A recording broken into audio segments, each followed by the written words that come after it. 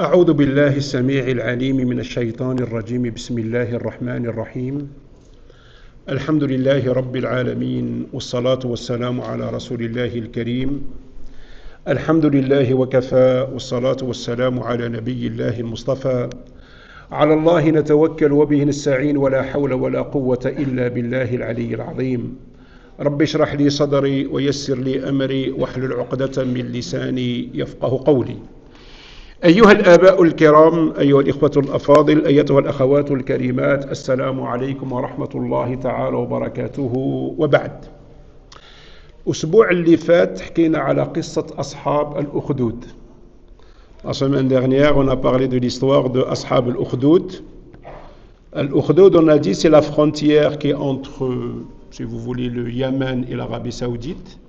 Sinon, c'est un trou qu'on fait, ça peut être sphérique, ça peut être rectangulaire, carré, machin. On fait du feu et on met les gens dedans pour les brûler vifs. C'était l'œuvre d'un despote, d'un dictateur de l'époque qui voulait que les gens ne suivent pas la religion d'Allah subhanahu wa ta'ala, qu'ils soient ses serviteurs à lui. Donc on a parlé de cette histoire, comment c'est fait cette histoire, comment on est arrivé à cela. Je le dis, je le redirai tout à l'heure, Inch'Allah subhanahu wa ta'ala, quand on parle d'une histoire, quand on parle de... l'essentiel, ce n'est pas les événements. L'essentiel, c'est les leçons. C'est les sagesses à tirer, Inch'Allah subhanahu wa ta'ala.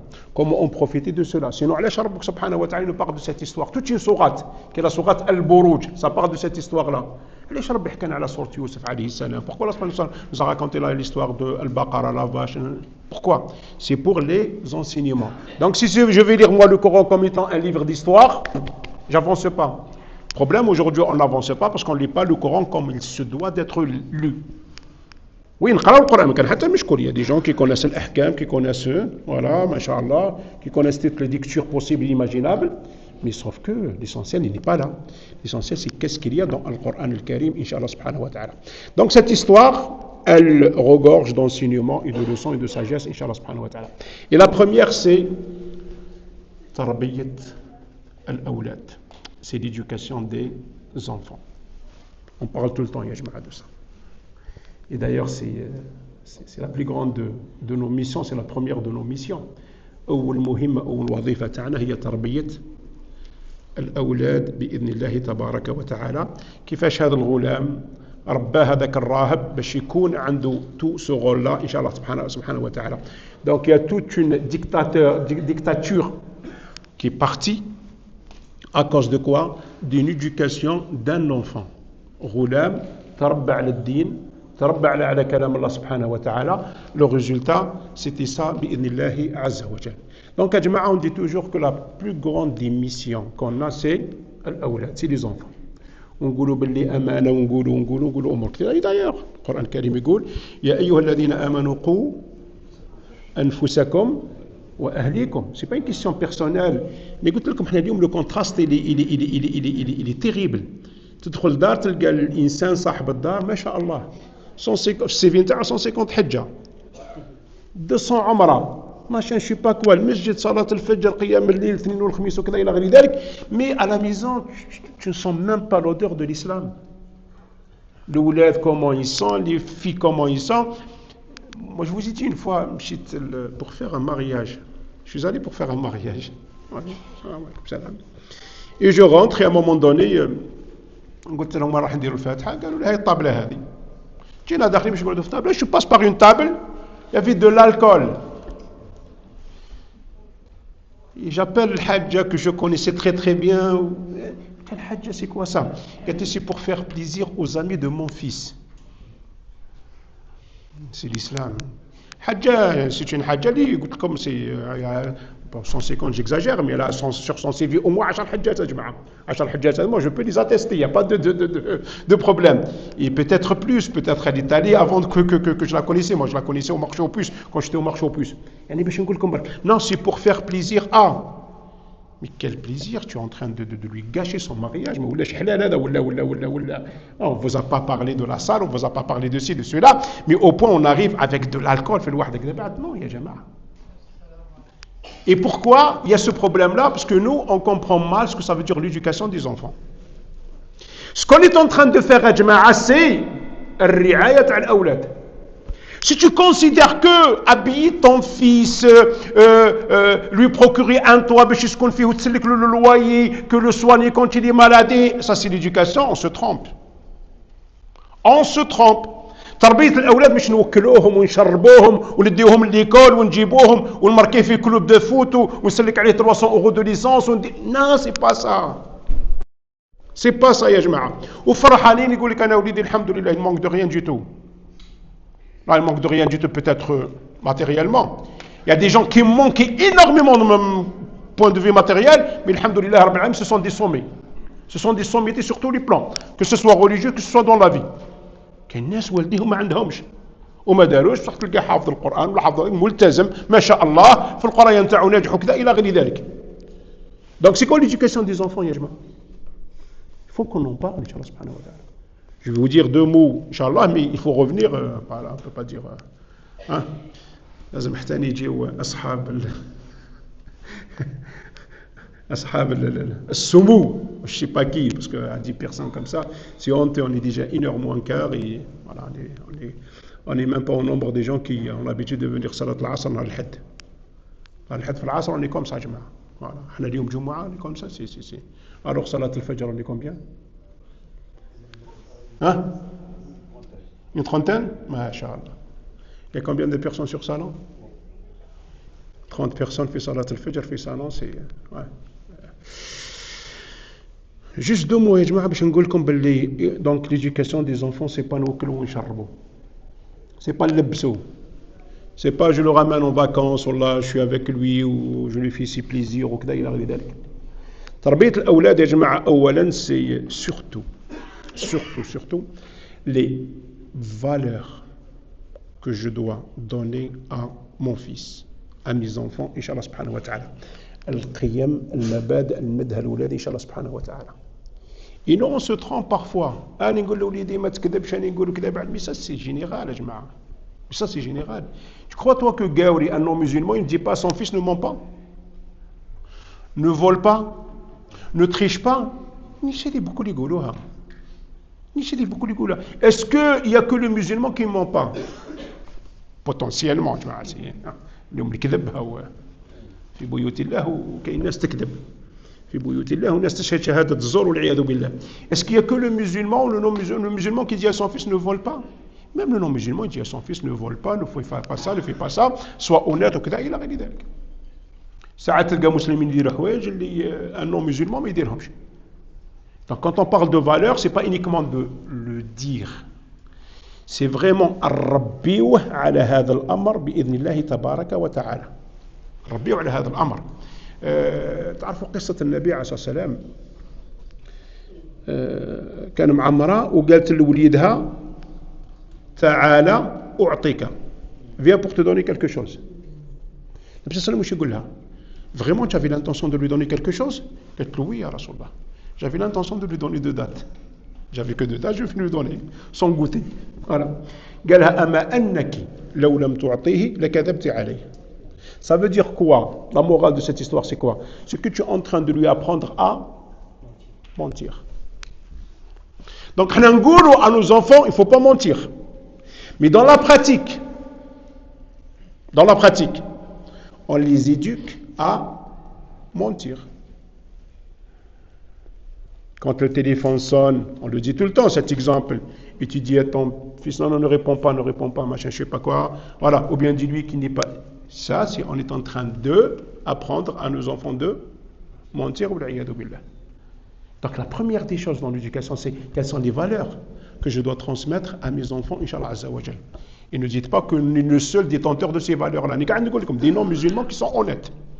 Rabbi قال يهدر على أهل الكتاب منهم من أنت منه بقنطار يؤديه إليك. Il y a des gens, même si tu vas laisser 100 kilos d'or, et tu vas revenir après tant d'années, tu lui dis, écoute, l'amanata'i, il va te le rendre.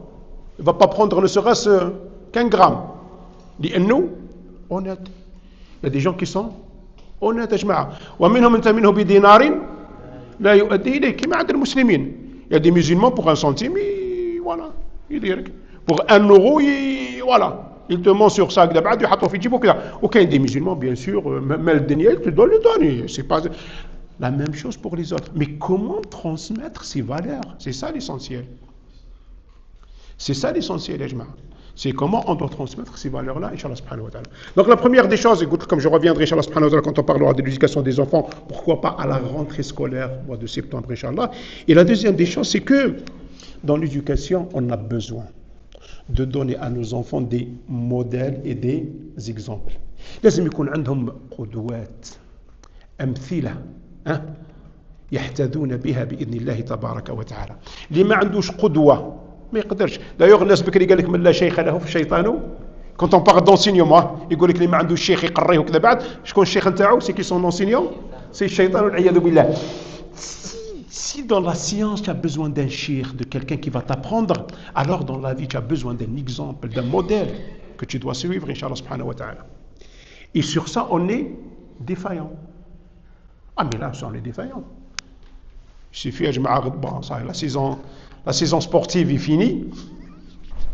La saison footballistique est finie. Sinon, s'il y a un mazet makhrassach, samedi ou dimanche, tu vas au stade de Salon, tu vas voir comment on veut faire de nos enfants des Mbappé, des Messi, des Ronaldo, d'ici, de cela, et ainsi de suite. Ce sont les modèles qu'on est en train de créer pour nos enfants. Alors que le modèle, normalement, c'est pas ça. Alors que les exemples pour nos enfants, pour nous-mêmes, ça ne doit pas être ça. C'est quoi nos exemples, هنايا؟ سبحان الله احنا نقولوا ونعاودوا لقد كان لكم في رسول الله أسوة حسنة مثال قدوتنا ينبغي أن يكون هو النبي عليه الصلاة والسلام. D'ailleurs, moi je vous ai dit une fois que le plafond ça doit être le Nabi alayhi salam. Pas Abu Bakr Siddiq, pas Uthman, pas un tel compagnon, pas un tel savant, pas un tel. Pourquoi? Comme tout simplement parce que quand tu vises un niveau, tu ne pourras jamais l'atteindre. Alors le dépasser, c'est impossible. Moi, mon modèle, c'est tel architecte. C'est tel, je n'arriverai jamais à son niveau. Est-ce que je peux le dépasser? Je ne peux pas le dépasser. Donc, tu vas plafonner. Moi, mon modèle, c'est mon père. Allah yarhamou. Mon père, c'est voilà. Mais je ne peux pas atteindre son niveau. Est-ce que je peux le dépasser? C'est un handicap, ça. Mais si, moi, mon modèle, c'est un Nabi alayhi salatu wassalam. Oui, c'est vrai que je ne vais pas l'atteindre. Mais je vais atteindre le plus haut degré, Inch'Allah. C'est comme في البيع والشراء. يقول لك طلع الفوق, toi ton prix il est là, وانت طلع الفوق باش كيطيح. Jamais tu tombes sur le prix que tu veux. C'est ça ce qu'il faut, ya jama'a. Avoir toujours un modèle, un exemple. De donner à nos enfants des modèles et des exemples, Inch'Allah subhanahu wa ta'ala. On est défaillants. أهضر مع أولادنا ما نهضرش مع أولادنا parlons de nous. Je fais exprès parfois, mais c'est pas méchant quand je vous dis alors on va faire une petite révision. On va demander c'est qui un tel. La dernière fois, on a parlé à الثلاثة الذين خلفوا. On a parlé de ça. Qui c'est qui les connaissait? Qui c'est qui les connaissait? Il n'y a personne. Il n'y a personne. Donc si moi je ne peux pas connaître Sahaba et les compagnons, donc je ne peux pas le transmettre à mes enfants. Mes enfants, c'est quoi leur exemple? Ba'd. Regardez, il y a quelque chose de très simple. Je m'amuse parfois quand je reçois des enfants à leur dire c'est quoi ton prénom? C'est quoi ton prénom? Inch'Allah, les prénoms. Parfois c'est des prénoms de compagnons de Nabi alayhi salatu wassalam. Et tu lui dis, mais ça veut dire quoi ce prénom? Une ou deux personnes qui arrivent à répondre. أنا اسمي parce que Nabi alayhi salam parce que sahabi كذا كذا إلى غير ذلك. Mais la plupart du temps, c'est un prénom. Comme d'autres. يعني تسميه excusez-moi كيليان ولا تسميه عمر ولا تسميه معاذ ولا تسميه كذا. Je pense pas que tu prends une jeune fille aujourd'hui, tu dis là c'est quoi Shayma, qu'elle s'appelle Shayma, elle te dit c'est quoi ça veut dire Shayma. Tu lui dis c'est quoi, ou là tu es un jeune, tu dis c'est quoi Mouad, c'est quoi le prénom Mouad, il va te répondre sur ça.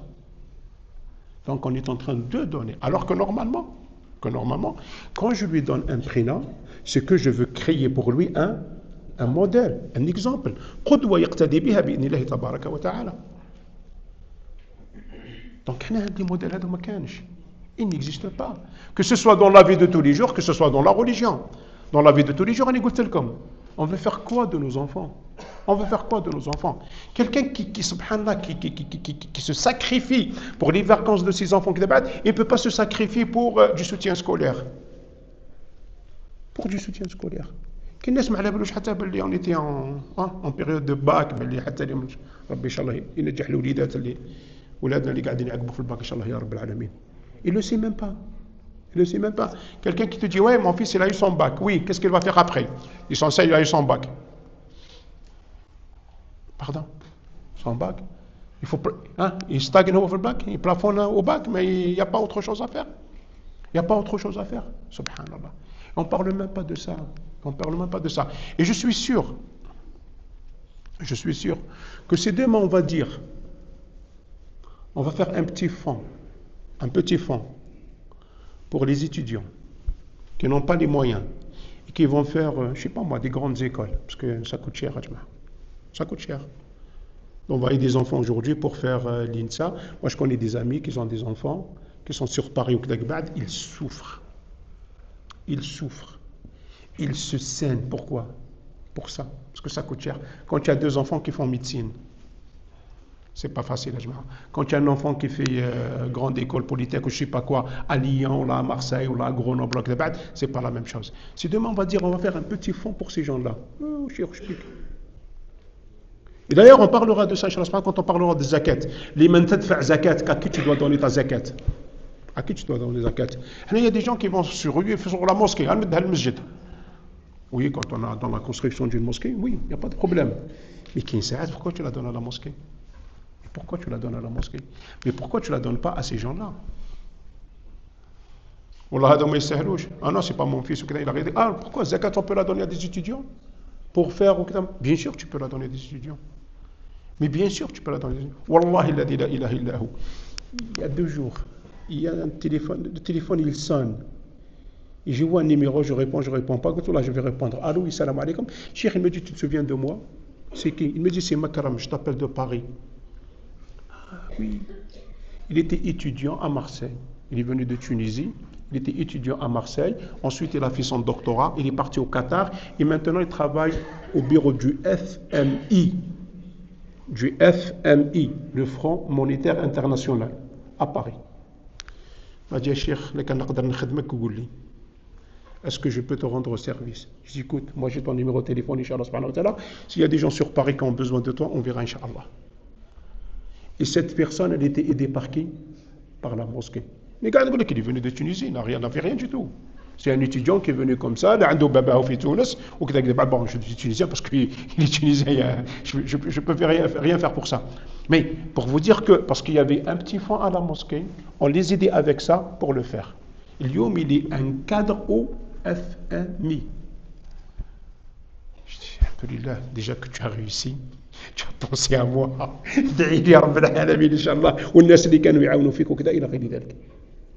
Moi, je suis sûr, si on va dire ça, il n'y a pas.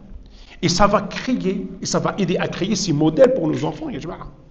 Redouin, on va dire, écoutez, allez, on va faire une journée du savoir. On va inviter tous les jeunes de salon.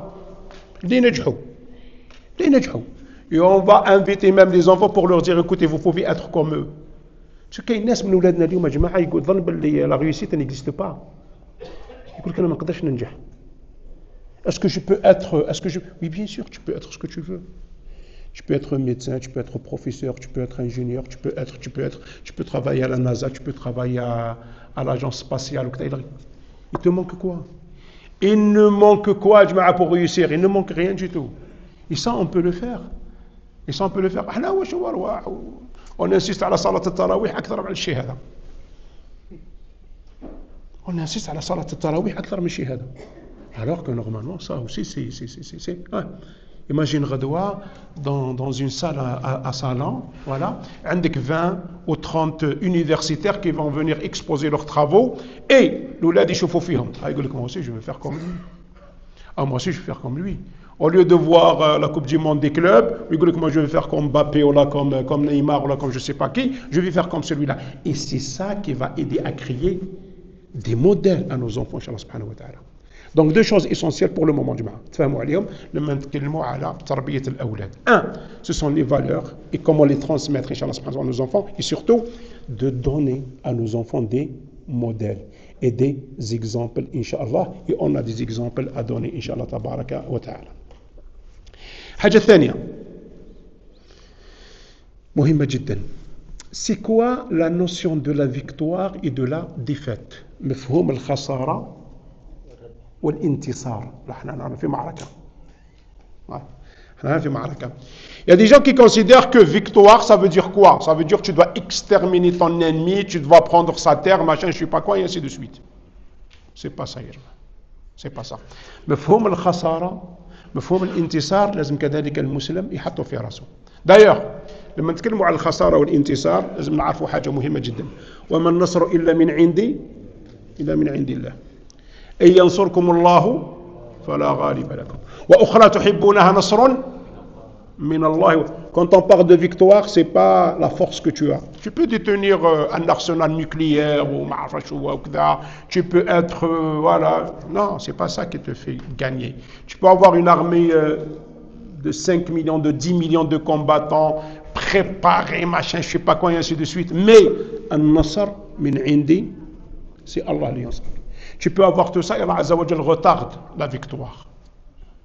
Pourquoi? Parce que c'est une épreuve de la part d'Allah subhanahu wa ta'ala. C'est Allah qui donne. Comme ça, tu ne vas pas penser que c'est grâce à toi que tu l'as fait. Et on a des exemples dans le Coran al-Karim. Il y a une première bataille, c'est la bataille de Badr. 300 et quelques contre 1000. C'est qui ont gagné? Ce sont les 300 musulmans. Et pourtant, ils n'avaient rien du tout. Ils n'avaient pas d'armée. Et contre qui? Contre Mecca. Mecca qui est une force pour la péninsule arabe. Mais 300 bonhommes ont combattu la Mecque, ils ont gagné. Derrière, fi Uhud, les gens ont considéré qu'il n'y a pas de règle pour la victoire. Il suffit d'être musulman, de rentrer dans une bataille, tu vas la gagner. Uhud, qu'est-ce qui s'est passé? La déception. C'est la déception la plus totale. 70 compagnons sont morts dans cette bataille-là. Hunayn, qu'est-ce qui s'est passé fi Hunayn? C'est la première fois où le rapport de force était à la faveur des musulmans, où les musulmans étaient plus nombreux que l'ennemi. Qu'est-ce qui s'est passé? Au début de la bataille, c'était la défaite. S'il n'y avait pas la base solide, les premiers, Ra'id al-Awwal, al-Qa'ida al-Solba, qui a résisté, c'était le contraire. إذا أعجبتكم كثرتكم فلم تغن عنكم من الله شيئا. C'est pas une question de rapport de force. C'est pas une question de nombre. C'est pas une question de matériel. C'est pas, oui, il le faut.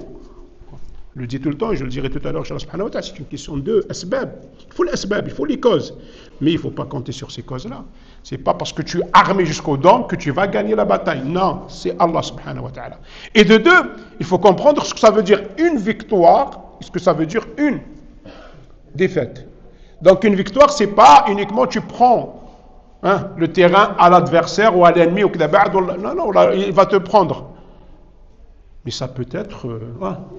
une victoire, ça peut être sans combat, sans confrontation. Comme ça, avec Ashab al-Ukhdud. Ashab al-Ukhdud, qui c'est qui est mort? Une seule personne. Et le ghulam, le jeune, il dit au roi, qu'est-ce que tu dois faire? Si tu veux me tuer, tu dois dire Bismillahi Rabbi hadha al-ghulam. Il est mort et tout le monde est rentré dans la religion d'Allah subhanahu wa ta'ala. C'est ça la victoire. En perdant une seule âme. En perdant une seule personne. Et donc la victoire est venue chez Allah subhanahu wa ta'ala. Comme il y a un certain nombre de nos savants qui considèrent que la bataille de Uhud n'était pas une défaite pour les musulmans. Pourquoi? Tout simplement parce que Quraysh n'a pas pris du terrain aux musulmans. Et de deux derrière, les musulmans se sont remobilisés pour prendre le revanche chez Allah subhanahu wa ta'ala. Donc, c'est quoi une victoire, c'est quoi une défaite? Ça, il faut la définir, Inch'Allah. Et je reviendrai, Inch'Allah subhanahu wa ta'ala, avec plus de détails pour parler de ce sujet-là, Inch'Allah azza wa jal. Troisième point essentiel, c'est l'épreuve. الامتحان الاختبار في طريق الدعوة. D'ailleurs, ce n'est pas uniquement dans la da'wa, mais dans la vie tout court. On a déjà dit que la vie n'est pas tout le temps rose. La vie n'est pas un long fleuve tranquille. Dans la vie, il y a des hauts et des bas. Parfois beaucoup plus de bas que de hauts. سميوها الامتحانات، سميوها الاختبارات، سميوها الابتلاءات. Allah Azza wa Jal yabtalina. C'est l'épreuve. Et surtout quand on est dans la voie de la da'wa, ya jama'a. Si on veut transmettre le message d'Allah subhanahu wa ta'ala, il faut s'attendre à ça. Il faut s'attendre à l'épreuve. Et Allah Azza wa Jal va nous éprouver. D'ailleurs, nous, on pense à tort qu'il n'y a que quelques-uns qui étaient éprouvés. Non, ya jama'a. Du prophète alayhi salam jusqu'à la dernière des personnes, tous étaient éprouvés sans exception. Sans exception. Même Uthman ibn Affan. Même Uthman ibn Affan, qui était un noble parmi. Même le Nabi alayhi salam a été touché. Alors ce qu'a subi le Nabi alayhi salam, ça n'a rien à voir. Oui, il y a des gens qui ont fait exception comme Omar ibn Khattab, mais la plupart des compagnons ont subi les sévices de Mecca et de Quraysh. Dans la da'wa, ya jama'a, quand on emprunte le chemin d'Allah subhanahu wa ta'ala, il faut s'attendre à quoi? Aux épreuves. Et quand on parle des épreuves, ce n'est pas uniquement al-sawt ou l'asa. Il y a des gens qui connaissent que la manière forte pour le faire. Et ça commence toujours par ça. Pour essayer de casser l'élan de da'wa, on commence par quoi? Mettre les gens dans les prisons, les tuer, les nanana, et ainsi de suite. Mais il y a d'autres choses aussi. Et on en parlera, Inch'Allah subhanahu wa ta'ala. Nabi alayhi salam, à un moment donné, قبل كي شافوا باللي الضرب والتعذيب l'épreuve physique, ça ne suffit pas, واش داروا؟ ولاو يستهزئون به ويسخرون منه. On se moquait de Nabi alayhi salam. On ne disait pas de Nabi alayhi salam qu'il était devin. On ne disait pas de Nabi alayhi salam qu'il était magicien, qu'il était... On ne disait pas de Nabi sallam qu'il était menteur, qu'il était... Ça aussi, ça a toujours existé, ya jama'a. Et quand parfois ça ne marche pas, ce sont les rumeurs qu'on fait sortir sur les uns et les autres. Le sulfureux, ça c'est un mot qu'on a beaucoup entendu, surtout ici en France. Le sulfureux imam, le sulfureux président d'association, le sulfureux je ne sais pas quoi, le sulfureux, et on essaye toujours de te trouver quelque chose. Ouais, il maltraite ses enfants, ouais, il a fait ça, ouais, il a fait cela, il a fait ainsi de suite. Ou tel gars de partout. Ça aussi, on l'utilise comme on l'a utilisé avec le Nabi alayhi salam.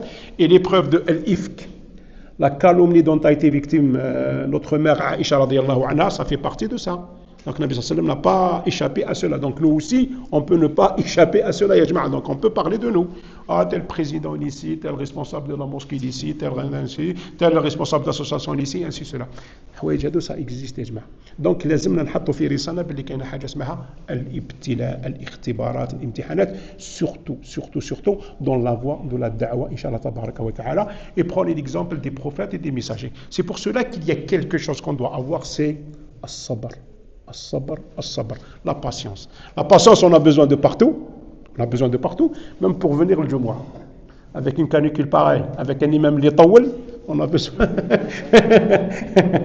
qui va garder jusqu'à 14h, on a besoin de sabr. Tu vas au pèlerinage, tu as besoin de sabr. Tu veux jeûner, tu as besoin de sabr. De partout, tu as besoin de sabr. Et dans la da'wa, quand tu transmets le message de Allah subhanahu wa ta'ala, alors là, tu as besoin. Pourquoi? Parce que tu traites avec des gens, tu ne traites pas avec, c'est pas la logique, en fait. C'est pas la logique. C'est pour cela que nos savants ils s'est interrogé sur le fait que pourquoi Nabi sallam a été berger avant de devenir prophète. Parce que tu dis, quand tu as affaire aux animaux et tu passes à parler avec les êtres humains, ça devient facile, Inch'Allah subhanahu wa ta'ala. Parce qu'il y a des gens, parfois tu lui dis comme ça, il va comme ça. Tu lui dis le khayr, il est comme ça, il dit non, il est comme ça. Tu lui dis non, il faut marcher par là, il te dit non, il faut marcher par là. Ça aussi c'est très important. Et ça a besoin de patience, de sabr, Inch'Allah tabaraka wa ta'ala. أقول هذا الذي تسمعون وأستغفر الله لي ولكم فاستغفروه رحمه ولا حول ولا قوة إلا بالله العلي العظيم.